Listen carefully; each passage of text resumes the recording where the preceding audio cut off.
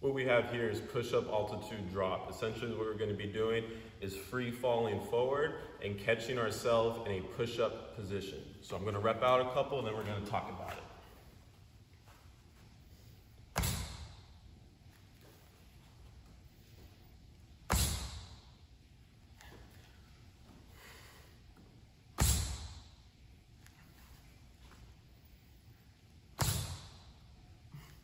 Couple things you want to focus on here. Positioning wise for your push-up is going to be based upon the extreme slow push-up bottom hold. So you should have ample amount of time in that position within that input prior to moving on here. But just to get specific with that, hands are going to be in line with the chest or below. We don't want them up top near the shoulders, near the chin. So they have to be down here. And then elbows are at about 45 degrees off of your midline. One of the most important factors with this input is you are falling in a straight line from the knees all the way top to the top of your head. Everything is together falling forward and you're stopping all momentum. One thing that's very common, especially once fatigue kicks in, is people tend to send the ass backwards as they fall forward.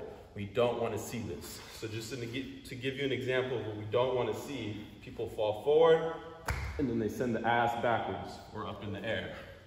They fall forward and they send the butt back. Everything has to be dialed in from knees to the top of your head, one straight line, fall forward and stick it.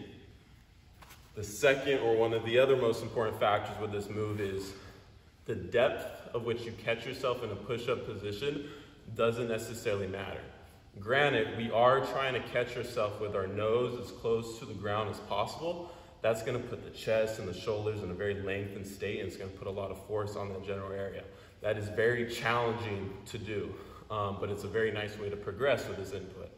But with that said, wherever you're at in terms of the depth of your push-up, as soon as you come in contact with the ground, you are turning on all the appropriate musculature, syncing everything up all together, throwing the brakes on and abruptly stopping.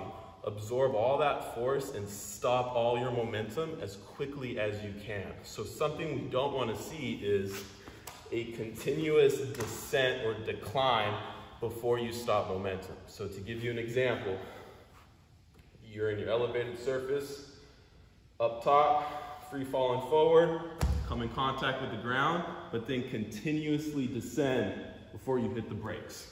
We don't want to see that. Touch, and then you fall before you stop yourself. As soon as you touch the ground, throw on the brakes and abruptly stop as quickly as you can. So just to rep out a couple more quality repetitions.